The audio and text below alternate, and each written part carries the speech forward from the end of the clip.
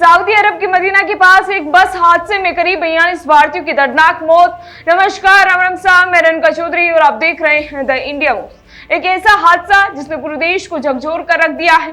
मक्का से मदीना जा रही एक बस जिसमें भारत के करीब 42 नागरिक सवार थे, अचानक बस डीजल टैंकर से टकरा गई और आग की लपटों में तब्दील भी हो गई।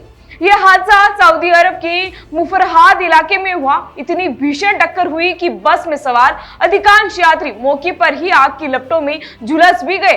जानकारी के अनुसार लगभग 46 लोग उस बस में सवार थे और केवल एक ही व्यक्ति जिंदा भी बच पाया है।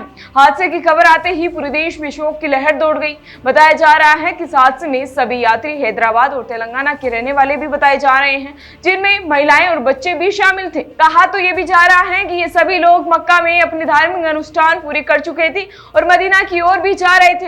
हादसे के बाद तुरंत इमरजेंसी टीमें मौके पर पहुंची और बचाव कार्य भी शुरू किया, लेकिन आग इतनी तेज थी कि हालात बेहद दर्दनाक हो गए।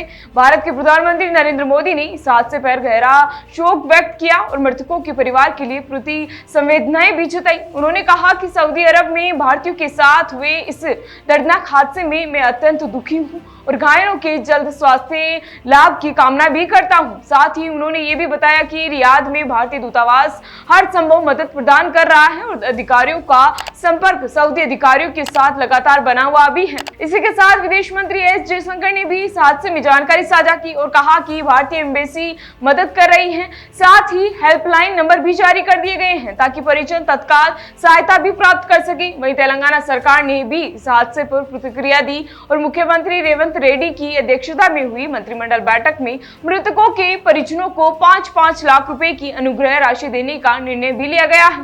जानकारी के मुताबिक इस दर्दनाक हादसे में एक ही परिवार की 3 पीढ़ियों के 18 लोग एक ही साथ खत्म हो गए, जिसे सुनकर रूह भी कांप उठती है। हादसे की वजह से अब सवाल ये उठ रहा है कि आखिर जिम्मेदार कौन है?